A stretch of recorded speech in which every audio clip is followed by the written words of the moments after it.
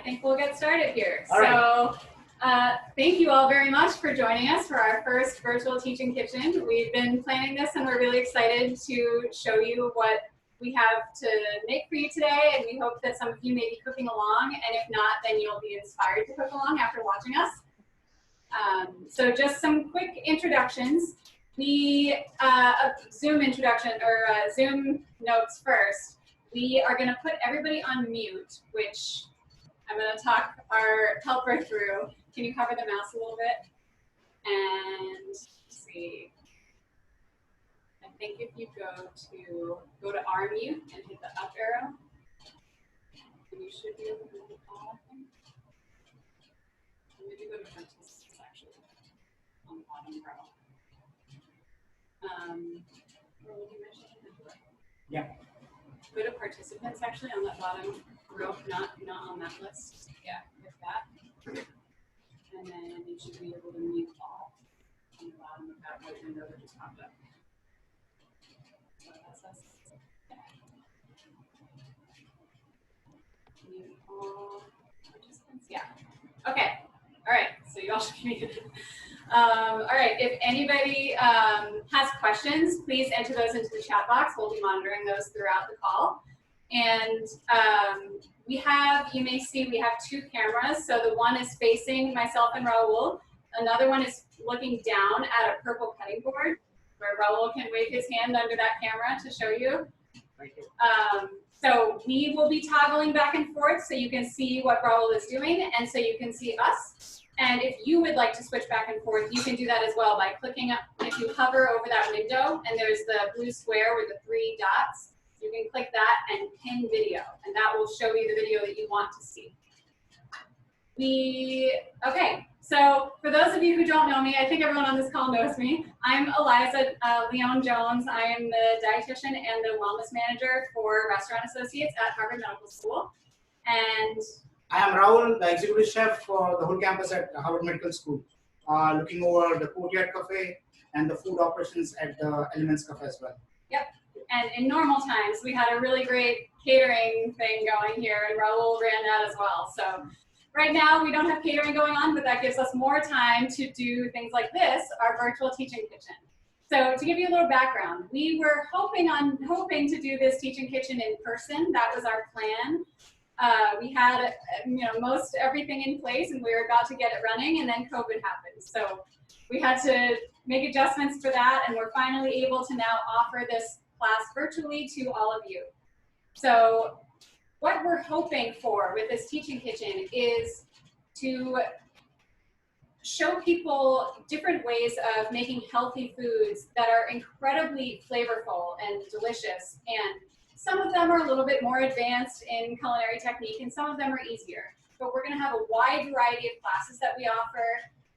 Some examples are 30-minute family meals, or cooking sustainably, or making healthy meals from foods you have in your pantry, or using seasonal items, or some of our monthly superfoods that we like to feature here on campus in our cafes.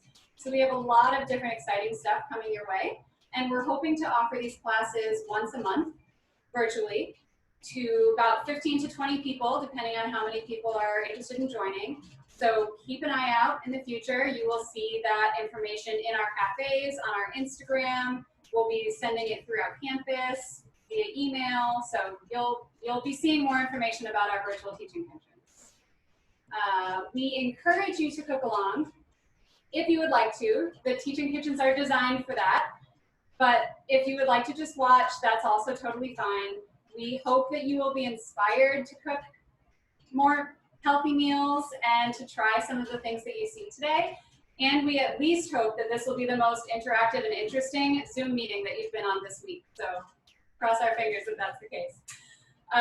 Today's topic is seasonal foods. So we have 2 recipes that we're going to be going over today, and you all should have received those recipes via email. One of them is a harvest salad, an autumn harvest salad, and the other is a risotto that's got caramelized apples and roasted chestnuts in it.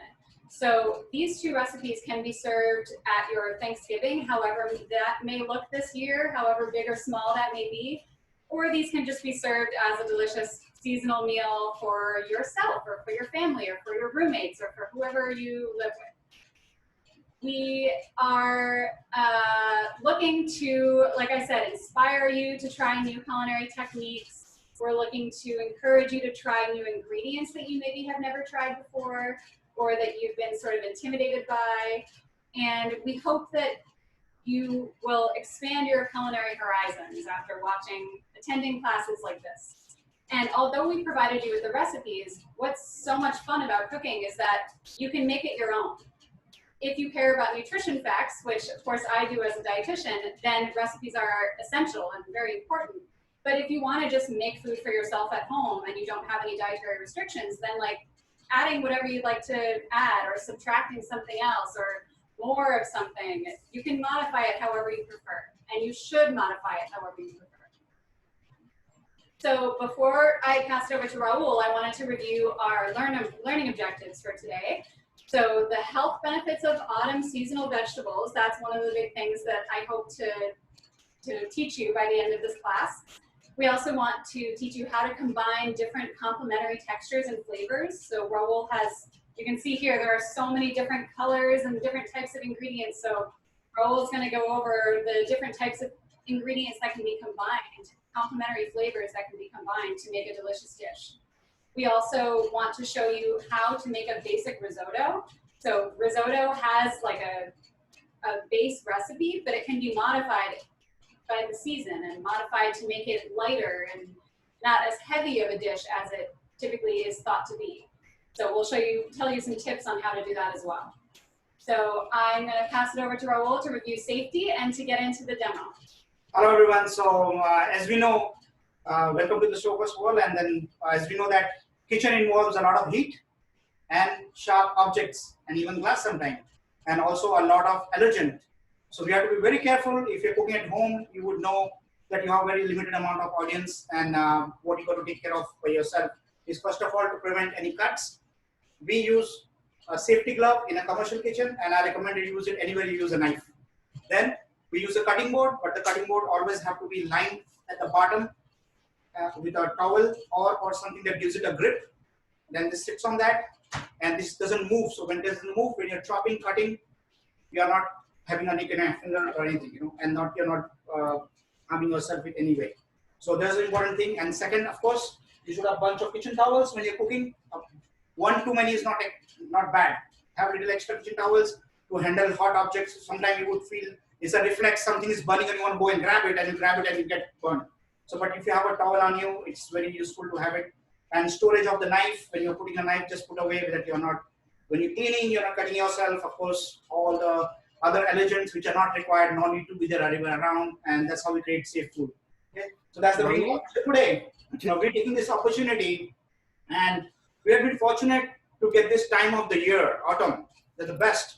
We get the tail end of summer, the best of the produce that comes out, and also the best things that are in the fall. So what we're trying to do is today is we're going to make a salad that is a fall salad. It is very easy. It could be put together very, very easily at home. And that's what we have concentrated on it to make it something very worker friendly. So you can do it at home. You find all the ingredients in the supermarket all over the town, and it's very easy to put together. And as I said, this is the best season to put all the opportunities together. What are the opportunities? To mix the flavor, the texture, the color, the taste, and all of it, and just to make enlighten your soul when you're eating it. It's not only with your eyes, but it's like when you taste it, and it's a perfect marriage of all the ingredients that we can put together and creates a wow factor. So that's what we're going to do. So that in that what we're doing is like the first ingredient that what it's going to be is the salad is the kale. So now there are very different kind of kale that you might find. Like you might find the purple kale, you might find the curly kale, you might find everything. But one of my choices kale is the dinosaur kale, which is like this dinosaur kale, and it is also called in Italian we call it cavallino nero. So it is like it's a black kale basically they call it now, and that is my choicest kale for the reason it has got more earthiness to it, and it has got more of the umami and more of the flavor to it than any other kale, and it is very different from the sweet lettuce that we eat most of the time, like romaine or anything else. So that is one of my choicest things. Then the second ingredient is like I have the delicata squash. So it is set. It looks different, right? Will you hand me a delicata squash one there, please? Yeah. So this is a delicata squash, and we have made rings out of it. And basically, delicata squash, you may buy it like this. Of course, we wash it, and we go open this up with a knife, and then this is going to be, as I said, the storage of the knife is very, very important. And then we go and open it up here, and we take a spoon and we go scrape it this way, and we scrape it so we can see through all the way, and all this thing have a secondary use, but this is what we're going to use. So delicata squash, that being all the squashes are great in fall, but delicata squash being one of the most important one because it got such a delicate flavor. And of course, the peel looks very tough, but it is not. It's delicate. It could be easily chewed up, and like we can easily chew and eat it, ingest it. So this is a delicata squash, and what we have made, we have taken delicata squash and cut it into a 1/8 rondels, which is, if you might try one time, and if you don't get a perfect round, don't worry about it. It's going to taste good. Okay, so second or third strike, you will get it right. Okay, so we make roundels like this, and then we season it with a lot of sweet spice seasoning. That complements the season, as I said, little warmth from the sweet spices like cinnamon, nutmeg, little thyme, allspice, salt, pepper, and then after we roast them, and once we roast them, they come out to be like this. And this is completely different, which you do not see at many places, and it's so simple to do. And then we marinate as it is in the recipe. We marinate it and we roast it in the oven, and that's finished off. Then to add the color, we have the watermelon radish, which I have cut it into a matchstick shape. So again, all the colors have to match and show. So it is like all the foliage. That's what is there. And these are the. So before you get into the next thing, Rahul, we have a question. Yeah. So what is the nature of the safety glove? Can you buy them easily online or at the supermarket? Yes, you can. So safety gloves are very common thing nowadays. It was not a couple of years back, but these are very easily available. And before it used to be very thick ones. These were a little bit uncomfortable, but now the new fabric that has come, which is very cut resistant. Of course, it will prevent a sliding cut, but if it will not prevent a hip cut, because it's not steel, So that is something that is available all over, and you can have it on Amazon. You can have it on, of course, some of the grocery store as well start selling them, because safety is always a prime concern everywhere. And as Rahul said in one of our videos on Instagram, if you follow us on Instagram, he did a whole video about different kinds of knives. Yeah. He said one hand knife, other hand glove. That's how it works. So the glove goes on the hand that's not holding the knife, because that's the one that you are likely to cut. Right. So now, as we said, we will come back to the recipe, and we were doing so we said we're adding the color of the foliage. So here are some carrots. There are the baby carrots. There are different colors. There's the orange, then the yellow, and then we have the cobalt, and so this is called the bronze or the cobalt carrot. And what we do is like we make the curls out of it. So it's just peel. We take a peeler and we just go peel it. So you see the different color in there, and it curls up. And what we do, we dip it inside ice cold water. So as we go back to our school, and we remember in the biology class when we learned that there is osmosis. So osmosis is like when the concentration, when the water runs from a higher concentration to a lower concentration. So in a cold water, the water goes inside this and curls it up. So it starts getting saturated and curls up, and it makes it look like this, just exactly how it is right here. So once it curls up in the water. So that is another color that we're adding, another texture we're adding, and another taste we are adding. Then after that, of course, you cannot leave fall without figs. Figs you can buy all over. This is the black mission figs. You can have the brown turkey or any kind. And these are pretty simply processed. We have just water them up just before service so they can get dried. Then how can we forget about pumpkin? Pumpkin is the king of fall right here. So we have pumpkin seeds, and to add a texture, it will add the crunchiness to the salad, and also we have put some sweet spice onto it with maple syrup. So it is like candied kind of thing with less, there is no sugar in there, it's only maple sugar that what is in that, natural. Then we have wild rice that we're gonna puff, so it's gonna add another texture to that. And this is a very interesting thing that we do not see many places, because wild rice is a seed and it puffs like popcorn, and it's people will not believe that does, and we're gonna do it right now, okay? And then we're gonna tie up the whole salad with a pumpkin vinaigrette. So pumpkin vinaigrette is dressing is very, very simple. It is pumpkin puree with onions, garlic, and herbs in there, and then it's all blended together. Okay, and it's just got apple cider vinegar in there. So now we go back to puffing the wild rice, and puffing the wild rice is very simple. You can do it in any stove. You don't need to have the one that I have here. You can do it at your home stove, or if you have an electric stove, or you have a gas stove or gas range, or however you want to have. And I had never seen this before. Rahul just showed me this last week, and I tried it at home. It's so easy. You're gonna see how easy this is, and it's so cool. Wild rice, you think of it as just any old kind of rice, but when you pop it, it has a completely different texture, completely different taste than rice. And you can use it as a topping on a salad like what we're gonna do here, or a topping on any other dish that you serve. And it makes it so much more interesting. And like Rahul is aiming to do, it adds more flavors and textures combined in one dish. And it also adds the crunch and a uniqueness. No, nobody uses it, and we do it. So it's like, so it's again, these are the things that create a wow factor when we're cooking something, and like, oh, I have not seen that before, right. And that is the real thing that we want to do. Yeah, it's very cool. So if you are having anybody at your house safely for Thanksgiving and you want to impress them, this might be a cool thing to do. So here I just heat it to a high heat, and I just add this many should be enough. So there's no oil in that pan, no oil. Just the rice. Just the rice. And already it's starting. It's on high heat, and it's already starting to pop.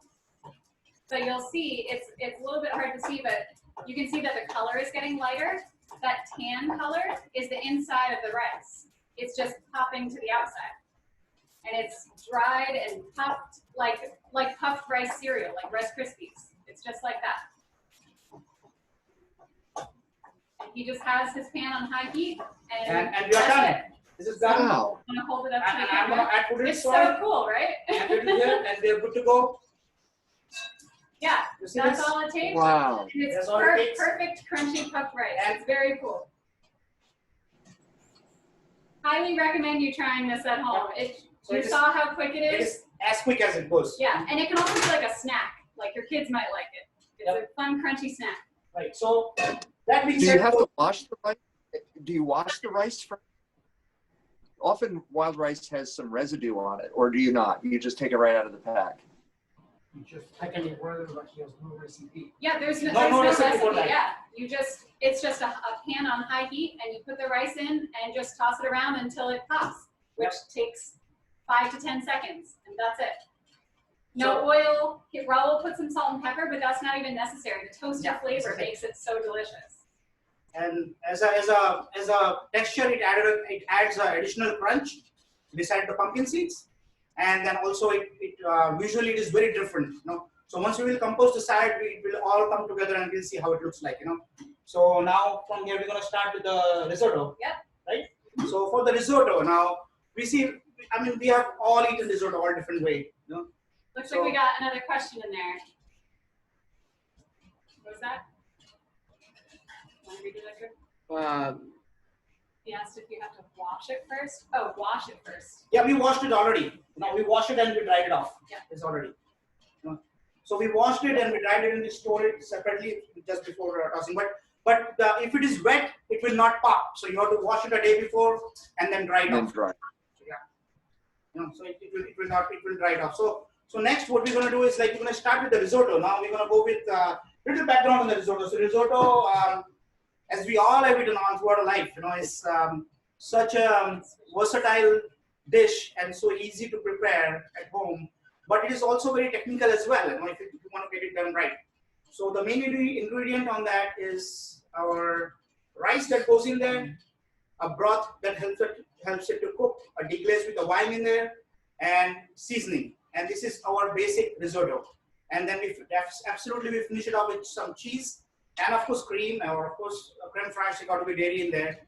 And then we can shape it in any ways. If you want to do it in spring, you can do it with spinach and green peas, or you can do green peas and mascarpone. And we can come up with many combinations. In the summer, we can come with different with sweet corn, which is the best. It's one of the best tasting risotto of the summer. And then we can get into the fall. We can do pumpkin, or we can do apple, or chestnut, or you can put any holiday flavors in there. So now today, since we are getting into the holiday season very soon, and we are almost there almost, and so we are doing today apples and chestnut risotto. So for the apples, we have chosen the Macintosh apple, because Macintosh are so versatile that eat it as they are, or they are also very good to cook, and their flavor is completely different, and it's different than the Granny Smith. So Granny Smith is the most that is used in making the apple pies and stuff, and for cooking apples basically. So we are using a mix of half and half. We're going to do half Macintosh apple, which are diced, de-seeded and diced, and also the Granny Smith, and we're going to saute them with shallots, and then we get into, so this will be one of our component. Then the second component is chestnut, which we'll get to that in a minute, and then after that is the risotto final. So we will first get started with the caramelized apple. So again, as I said, this caramelized apple, chestnut, the good old risotto, and then some good cheese and parmesan in there, and of course a dash of white wine, right? So that will make it taste real nice. Okay, so let me start with that. So we're going to heat up our pan again, and we're going with some shallots, and as you may see on the recipes, and you may follow that. So yeah, so Rahul was talking about the adjustments you can make to make it more seasonal. That's also the different ways that you can make it sort of lighter if you choose to. So by adding apples, or by adding non-starchy vegetables, or adding a lighter broth, as you'll see, that's how we cook the risotto. Maybe not as much dairy, or a plant-based milk instead of a dairy-based milk. There are lots of different ways you can modify risotto to make it lighter and feel like it's not so heavy of a dish, and it's not so calorie dense, not so high in saturated fat. So you can make the adjustments for the season and just to your preference. all right.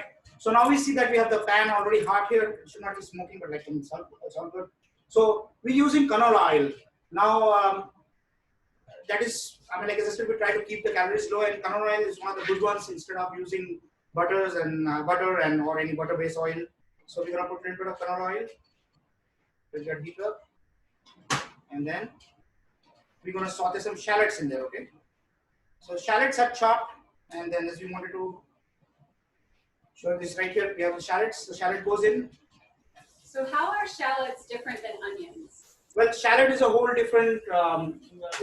Is a species of onion, but they do not grow as thick or big as the different onions, like the Spanish onion or the red onion or any Vidalia onion or any other onion. And since they're so small and they don't become big, they have a very pronounced flavor. And this flavor is very desired because of the sugars and the flavor that is inside. It caramelizes, and that it imparts a very different flavor to the sauces than it does than any other onions would do. That's why this is one of the most preferred onion, and because of it's pungent and it has got the aroma in that and the flavor. It's not watery. So that's one of the most preferred thing, like all the chefs love to use. So now we're caramelizing it, and caramelizing is like when the sugar gets released from the onion. So when we cut the shallot or onion, we expose the edges, and this exposed edges ooze out some of the juice that is natural juice, and the natural juice has got the natural sugar into it. And this sugar, when it comes in contact with the pan, they start caramelizing, and that is the beginning of the flavor. So that's why you may feel a different, if you may imagine, if you're eating a boiled onion, a boiled piece of onion, than to a caramelized onion, because the caramel has its own flavor and the aroma that it imparts to the whole meal. Right. So here we saute that, and now we have the apples. This is our Macintosh apple, which has been diced. Yep. And he left the skin on. So yep. Nutritionally, that's ideal because you're getting more fiber. And the colors, all these different colors that you see, all colors have different nutrients. Yeah. It's eye appeal as well. No? So now we're going to saute this. And you see, we have used the least amount of oil into it because we don't want to make it greasy. Because as the apples will break down, they will of course release the juice, and it will make itself better in some kind of a dry. And so we're going to saute this, and what I'm going to do is I'm going to put it on a side to finish with the apples. I'm going to seasoning always, some pepper, some salt, and you won't need anything else. That's it. So these apples are going to be going into the risotto, yep. But you could also make something like this to put on anything, not just risotto. So apples are a kind of fruit that cooks very well. and these are one of the choices Apple to cook with. I can talk Yeah. about. So what I'm going to do, I'm going to move this pan to my other stove, and I will get started with the risotto. And once we are half the way with the risotto, this will be done, and then we can marry both of them and finish the dish, right? So this we go, and there it goes. And then we got this pan. Now we're going to start with risotto, and it's plain risotto, and that's what we're going to concentrate on. So risotto, as I said, like starts with onions. Some people use garlic in there, but it's alright, and then they start with butter. Definitely not with olive oil. And so I'm going to start with canola oil. So some people, when making risotto, they may start with butter, but because we're starting with canola oil, again, that means the saturated fat content will be less. Right. Canola oil does have a little bit of saturated fat, just like any oil, but really when you do butter, you're going to have way more saturated fat. Okay, so now when we start with the risotto, now we have to know, and as we said, we're going to concentrate just on risotto right now. Risotto is made from 3 different kind of rice grains. So of course, everyone knows arborio. Wherever we go, we know arborio. But there is the carnaroli, which is called the king of the risotto. And it is very prominent in the northern part of Italy, where they are very adamant to use only the carnaroli rice. And I'll tell you why in a minute. Then after that, we have the other rice that is used in the south, which is called a shorter grain. It is called violino nano. And that is a rice which is more prominent in the southern part of Italy. It is shorter grain and thicker grain. But the best of the best is the carnaroli rice, and this is what we're using. And would you please pass me the box from there? So this is the rice that we use in all our risotto cooking. So here we go with the onions. And again, we do not want any color on this. Okay, we just put the onion in there, saute that, let it go. So the carnaroli rice is one of the best brand, and you can find this.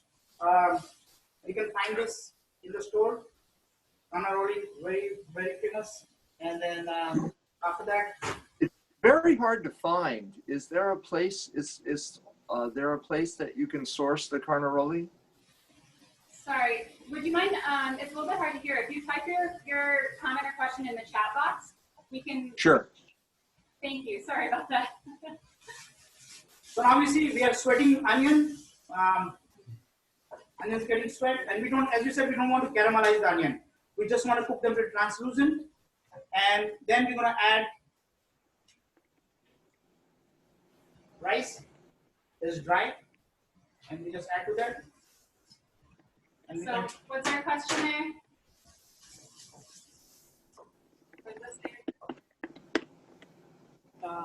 Is that someplace in Watertown? Russo's in Watertown carries the carnaroli rice? Yeah. Okay. Good. Answering our question there. Russo's, okay. Great. Very hard to find carnaroli. Arborio is much easier. That is true. Arborio is more like widely known. That people use that most of the time. But really, what is it about these types of rice that makes them good for risotto? All right. So arborio and carnaroli are both excellent choices. So why is that? Well, so just to begin, all the 3 are the excellent choices, but then the carnaroli is considered the best. And now why? Because a special structure of rice is needed to make arborio, correct? And that is that the rice has to be starchy, as starchy as possible. And also, the quality that the carnaroli rice has is that it's a fat grain. And then when the risotto, the whole key of making a risotto is to have the risotto creamy. And when you break the grain, it has to be al dente inside. So how do you get it creamy? The creamy is like when the rice grains are cooking, and maybe we'll get to that point and I explain you, is that the rice grain are, since we are moving it constantly, the rice grains are like there is a friction between both 2 grains or more grains, and then that makes the outer part of it to melt inside the stock or the juice that we're cooking in, and that makes it creamier. Okay, so now we have reached this point, and we're going to do a deglaze, and deglaze is with always a white wine, because most of the time white wine, unless you are doing something with a red wine based risotto, and which is also done with a red wine, like as if you're doing a red beet risotto, red wine is required in that, a dry red wine. And then here I have put Sauvignon Blanc, 2018, right, in the Wither Hill, and it's kind of dry, it's good. It's a young wine, but it's good. And now we deglaze it, so now all the alcohol gets evaporated, but it leaves the tart flavor and the wine flavor right in there. And then from now on, what we do is we have vegetable stock. So every risotto has its own stock that goes with it. So example, if you're making a seafood risotto, that would take a stock that is made out of shrimp shells, lobster shell, not preferably fish bones because it gets very pungent and fishy. But then we start with this like this. So now from here, what we have to do is we have to work the risotto. So now you see this is what we are working. So risotto cannot be left in a pot to cook by itself. We have to work it. And this is when we are working it, the grains are rubbing against each other. In a little bit they'll start, and we keep adding the stock. And the stock has to be hot. So now this is a vegetable stock that we have already prepared ahead of time, and we have kept it hot as if it was your hot tea. That much heat. And So then we keep it moving looks it. like we have another comment or question there. Let's see. If you wanted a whole grain, could you use one? Could you use farro instead? Would you need more liquid or longer cooking time? Could you use Yes. farro in this? Yes, we can do farro, we can do barley, we can do many other things. You know, many of the other subsidiary recipes of risotto that have evolved at using different grains. Yeah. And one of them was the barley risotto, was one of the most hip in the restaurants very lately with a red wine base or something like that. You know? Yeah, So- and that's a great question because adding another way to make a risotto more of a health conscious dish is by making it a whole grain. So whole grains have more protein, more fiber. They'll still have that starch that allows them to, rub together, create that friction, and make a really creamy risotto. So whole grains or refined grains like the carnaroli rice or the arborio rice, these will all make a really creamy risotto as long as you cook it with this process. The process of slowly adding stock, adding warm stock, making sure it's warm, and stirring it constantly. That's really the secret. That's the key to making a creamy risotto. And to keep it on simmer, not to force cook it. Keep it on simmer because remember we have added dry rice to this, and the rice grain is thicker. It will take some time for the water to get inside, the heat to get inside, and let it congeal, and then the starch start congealing. So we have to keep it on a simmer and keep stirring it and adding hot stock to it. Hot stock is very important. Either use hot water, or you use a chicken broth, or you use any other kind of vegetable broth, or you make your own. But it has to go in hot because if you don't add hot, you bring the temperature of all cooking down. If the temperature comes down, then you have to build the heat again and then go up and then come back to it again. So we are like doing a roller coaster up and down, which is not good, So we have to keep it even as much as we can by adding hot liquid to that. Okay? Yeah. And at the same point, what we'll do is like we're gonna add some seasoning, which could be just salt right now. Because remember, we don't want to over salt because we're gonna use Parmesan cheese and we just got a good percentage of salt into it, and then some pepper, okay? Like this. So people have preference. Sometimes they're doing a risotto, like say if they're doing a white asparagus risotto, they do not use black pepper in that, which completely makes sense because we're trying to add a kind of heat, but without the specks, without the dark specks of the black pepper into that. So at that time, you can use white pepper for sure. Okay.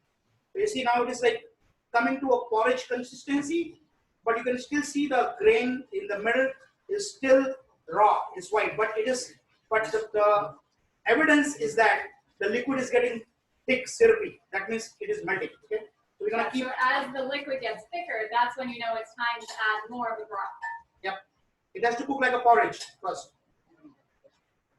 And So then this process continues. So while Rahul is doing this, I can talk a little bit more about the salad ingredients. So Rahul mentioned a lot of these, but if we're going to be focusing on one of the nutrition learning objectives is the benefits of these different seasonal ingredients. So some of the main seasonal ingredients that we have are the delicata squash, which Rahul already mentioned, is beneficial because it has the delicate skin. So you can eat the skin. You can slice right through it and eat the skin, and that way you get fiber and you get extra nutrients that way. You also have the watermelon radishes, which are bright pink with a green on the outside. They look like a little baby watermelon, and they're spicy. They add a really interesting flavor. We also have the crunch in the carrots, the raw carrots, the raw radish. Those add a lot of good crunch to the salad. And in addition to the apples in this risotto, we have chestnuts. So Rahul, maybe you can talk a little bit about how the chestnuts are roasted and pureed for this. Okay, so chestnuts, like if we go into the any of the supermarket, we get chestnut just like this. You know, we can pick up over there, and then after that, so we take the chestnut, and the only way to open the chestnut efficiently is you take a knife, and then you would make an X, of course, cut glove, you know, and then here you make an X. Yeah. Make an X right here. So he's wearing a cut glove. So ideally, you wouldn't do this while you're holding it. You would do it on a cutting board, but you're cutting an X into the skin, into the shell. You cut a like an X right here. You know, right in here. You cut an X here, and another X on the other side. And then after that, you would put on a sheet pan or any kind of pan, and you would pop into the oven at 400 degrees for 10 minutes. So when it goes into the oven for 10 minutes, you see we're getting close to the risotto, so we should not stop adding the stock. Okay. It looks like we got another question there. Can you touch on, what does that say? The health benefits of autumn seasonal ingredients, squash, pumpkin seeds, apples. Yeah. So pumpkin seeds too. So we talked about the delicata squash, but pumpkin or squash also has seeds that should not be thrown away.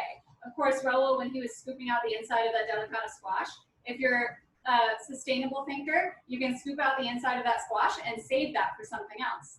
Or you can make a stock out of it.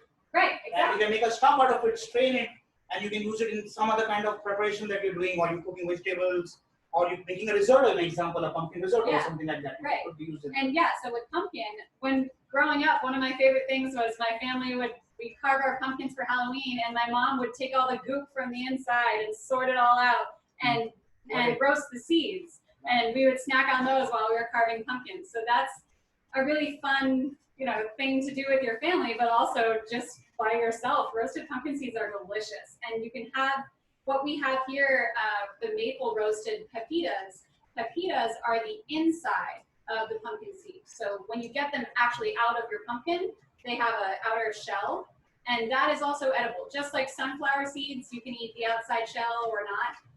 Same with the pumpkin seeds. Pumpkin seeds, the outside shell is much softer than sunflower seeds, so more enjoyable to eat, in my opinion. But seeds, any kind of seeds or nuts, have high heart-healthy fats, the unsaturated fats, and they're high in protein and fiber, as well as a variety of vitamins and minerals, just like everything you see here. All of these different plants, all these different items on this table are all providing a huge range of micronutrients, of vitamins and minerals. So the seeds in the pumpkin are a really great thing, but chestnuts are slightly different. Where most nuts, like I said, have high protein, high unsaturated fats, high fiber, chestnuts are a little bit different. They don't really get most of their calories, their energy, from fat and protein, but instead from starch.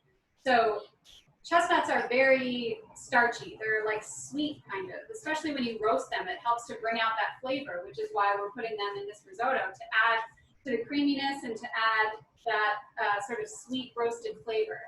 So what Rahul did is he roasted some chestnuts, and he'll show you how to peel that outer shell off. We're going to switch to the other camera. Okay, so once we have cooked it in the oven at 400 degrees for like about 10 minutes, you will see that the eggs that we had cut start opening up, start flowering, right? And at that point, what we do is like we just take a knife, as you can see close here, and then we just take a knife and just peel it. And you can also use your fingers too if you don't feel comfortable using a paring knife with your hands. It comes out easy, and we keep peeling it, and it just like peels off easy as that. The whole skin comes off like I'm using my nail now, even though I have gloves on, but it's like so easy. And this is your clean chestnut right here, ready to go. And then you may process it how you want. You can cut it open, and it will look like this, and it's all good to go. And then what we have done for the risotto, which is going to be here, you will see that we have used two texture of chestnut in there. So once we have chopped in, so like when you take every spoonful of the risotto that you're gonna eat, you will have some of it coming into it, And then some of the very potent flavor will come from the puree. So we had made a puree also of the same thing. The puree is very easy. We break it down into small pieces like crushed peanuts, and then after that we put it in the blender and we blend it with water. Many other things could be added to it, like when the Italians, in the Italian cuisine, when they do many desserts, they add milk to that, vanilla, butter, and all that. So that becomes a very basic base for any dessert as well. Yeah, because chestnuts have that starchiness and sweetness, they can be, made into like a flour or put into desserts, like Rahul said. They're definitely not like almonds or cashews or walnuts. These all have a higher fat content than and they're very holiday. They represent the holiday very well, because in holiday, chestnuts starts from the use of chestnuts starts like end of October until like the holidays are over. Right, and like whichever, I forget the name of that old Christmas song, chestnuts roasting on open fire. This is very seasonal. So you can eat chestnuts just like Rahul showed. You can roast them, cut the X, roast them, and peel the skin off and just eat them as is, or you can put them into a dish like this. So now, what we're going to do is like we look at the risotto as I was saying, like if you have the. So this is the test. So this is the test to see if it's fully cooked. So it's a little hard to see over the camera. Yeah. So it's like you will see the risotto is like this at this moment, and you see there is like a small needle worth of risotto rice that is not cooked. And when you press it, you see the bright white specks in there. That says the risotto is almost al dente. So this is how the risotto has to be done. So when you squish it, you can see if there's a white part inside. Yeah. Then it's not done yet? No, it is not done, and that's how we want it. Okay. That's how we want. Al dente. Okay. It's like so al dente pasta. Like that, right? Now you just have to soak in the rest? Yeah, so I'm just gonna let it stay here, and what we're gonna do, we're gonna move the stove. I just keep it on low heat. Nothing's gonna go wrong with it. And because we have already calculated the time when it's not gonna get overcooked. So I'm gonna put it away, and we're gonna build the salad now, okay? So this salad, Rahul is going to plate it all up, and it is gorgeous. It has, like you've seen in these bowls, there's so many different colors. So just wait until you see it all plated up. It's going to be beautiful. So now, as we said, we talk about all the benefits of the kale and the flavor and the texture and the earthiness and the umami that it provides. We are taking some of that, and is it making for two people like this? We have all the leaves here. We just smush them a little bit, and we're going to add our ingredients one by one into that. So of course, some salt and pepper always help, and it is not wrong to put lemon juice on it either, but it's preferred. But so kale, I think sometimes people feel like they don't like kale because they oftentimes have it raw and it's too tough. Yep. That may just be that whoever made it for them didn't massage it the right way and didn't add enough lemon juice or salt to make it sort of softer. And this particular type of kale, this dinosaur kale, also called lacinato kale, also called Tuscan kale. Or also called cavallanero. Okay, so lots of names for it. Yep. But this kind is not as tough as the curly leaves, the curly kind of kale. Okay. So now what we did salt, pepper into it, and the salt start working to break it down. And then we're going to massage it even further. And then once we're done with this, we're going to work on the rest of the ingredient. So once we're done with this, if this stays like 5 minutes, it's going to wilt itself with all the good flavorful stuff, and we're going to start making. So let's see what we can do with it. No? So of course the base.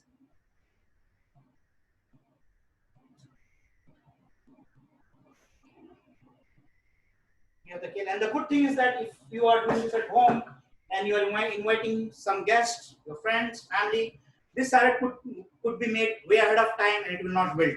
That is guaranteed. So that's why one of my choices is salad. So it gives you time between doing the rest of the stuff and doing this. So this, here we go. We're gonna put some watermelon radish, color, and spice, right? That's what it adds to it. Yep. Then after that, we're gonna put some of these. How about that? Yeah, that delicata squash, the shape, the cooked consistency. So before this, everything was raw, and now you've got a cooked vegetable on there. So you're adding different textures, different colors. Right, now this. Now how about some more color to that? Some fall foliage colors. So you put some carrots there, a few of them here. And we use rainbow carrots. So you've got purple, yellow, orange, white, lots of different colors and those carrots. So this is where you can be creative, and as we said, there's a creativity and marrying the flavors. That's what it's going. So we already have the crunchiness from the carrots, then we have the spice from the watermelon radish, then we have the crunch and the flavor and the spices from the delicata squash. Now we complement that with a little bit of sweet, and that's going to be this right here. That there is nothing else represent the fall better than figs. Yep, and that's another thing from like a Christmas song is figgy pudding. Although that's like an old English thing, but figs are seasonal. This stuff has been around for years and years, and we keep on using these ingredients because they're delicious. Yeah, and then after that, what we're gonna do is we're gonna put some pumpkin seeds. And because these pumpkin seeds have been roasted, And we can use goat cheese too with this, you know? Yeah, right. The pumpkin seeds have the maple that is roasted with, and it makes them kind of stick together. So you got little clumps of pumpkin seeds, which is great. Yeah, and then what happens is right here we have this beautiful smooth dressing that we have made out of the pumpkin puree, then shallots, ginger, garlic, apple cider vinegar, salt, and pepper. So that's what we do, and then after that, what we're gonna do is like we put a couple of dabs of this because when you wanna break into the salad, it's all gonna get mixed up real well.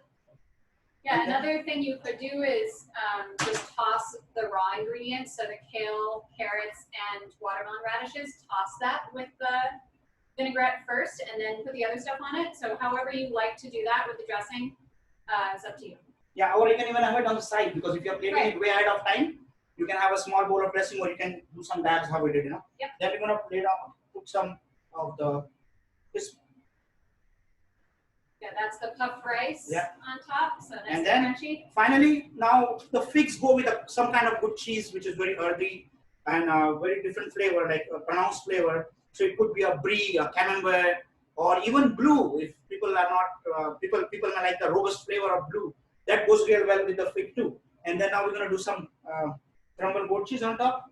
And the choice on the cheese, as I said, we can be creative with whatever we want to do. And then we crumble it up real nice.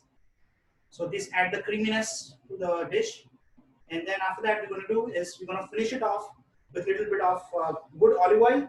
And that will be just give a gloss and also a little more spicy taste to that. And just before you serve. Right? And then this will be like. And again, this can be modified if as you wish. you don't like any of these ingredients, or if you have a dairy intolerance, you don't have to do the cheese. You can do all kinds of different things on here to make it your own. Yep. And then we do some salt on that and a little bit of pepper, and we are good to go. And then we can add more stuff to that. Everybody's saying it looks really pretty. Yeah, so this is You how hold it it looks. up close to the camera there. Yeah, look at all So it those has got the pumpkin colors. seeds. We got the pumpkin. So at the bottom we got the kale, which we massaged or marinated that. Then we have the radish. Then we have delicata squash. Then the rice, puff rice. Then pumpkin seeds, as I said. Then figs.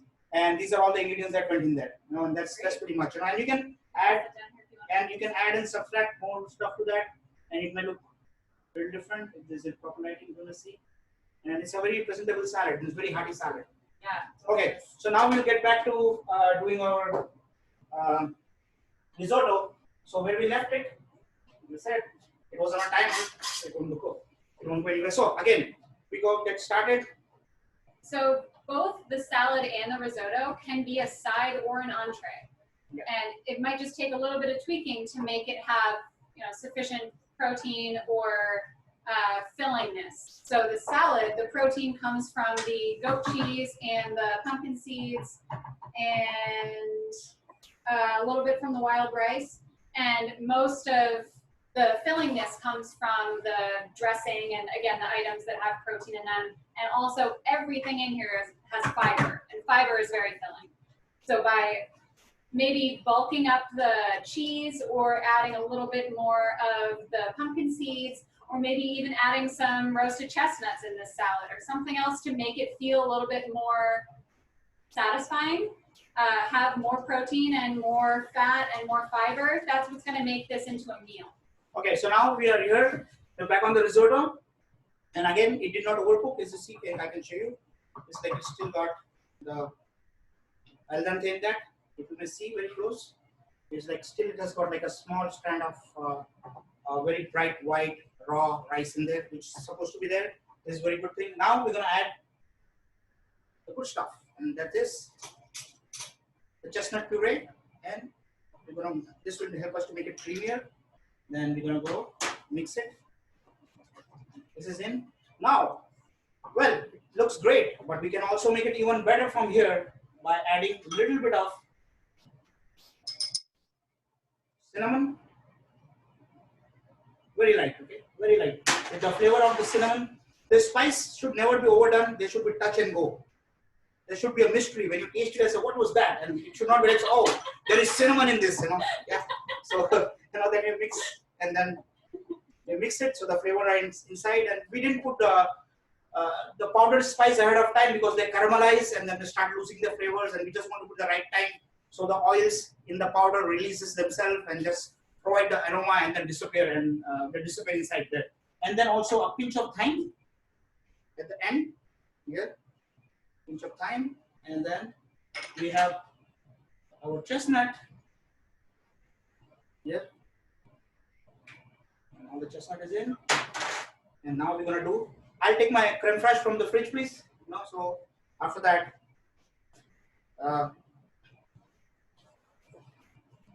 Yeah, and then after that I have my apples, so that we had cooked before, and now so this chestnut is already inside. First part is done, and then we have our apple. So the apple, once they get cooked, they look just like this. Pretty simple cooking. That's it. We just have to let them just kind of little break down. That's it. There you go. And then after that, I have the apple going in there, and you see it's already looking great. And then it smells even better. And now we're gonna turn the heat on. Go a little higher, and mix everything so all the flavors marry, and then we're gonna do a little bit of more stock, just a touch. So yeah, now that we're mixing in all these other ingredients, you're seeing how the ratio of non-starchy additives can be different than what it was originally. If we were just eating rice, that would be one thing, but we're adding apples and we added fresh herbs, and you can add even more, non-starchy vegetables into it to make the ratio a little bit lighter. So now we have brought to a simmer, and we see, as we said, that we're going to cook it on a simmer all the time. So the bottom never get squashed. That's the big part of it. And then see this is the maximum heat that we want to give it to it. So it's just kind of simmering. Reduce the heat, and we're going to finish it off with classic creme fraiche, right? So creme fraiche is very easily available in the supermarket, and this is my choice over any heavy cream for the reason that it is very different taste, because it is produced in a different way than the heavy cream is produced. Actually, it was churned in the olden days. In the old cooking, it was churned from unpasteurized milk, and that gave a whole different kind of flavor. So it is like a flavor that you may find in unpasteurized butter, which we don't find anywhere, but if you may taste someday, you will see it is different. Of course, because of the health code and everything, all the milk product got to be pasteurized. But then if the unpasteurized milk product have a slightly different kind of taste, a more buttery, more earthy kind of flavor in there. And this is our risotto. So this is ready. Now we're going to add a little bit of Parmesan to that, and we are ready to serve. So at this point, our salad is ready. That could go on the table, and then the risotto is just walking by in a minute. So I think at this point we can start to maybe take more questions if anybody has them, while Rahul finishes this up and he can plate it up and we can show you the final products. Let's see, we've got, looks delicious. I'm glad you think so. Thank you very much for joining. Yeah, if anybody has any questions about the methods or the ingredients or where to find them, let us know. We're happy to answer.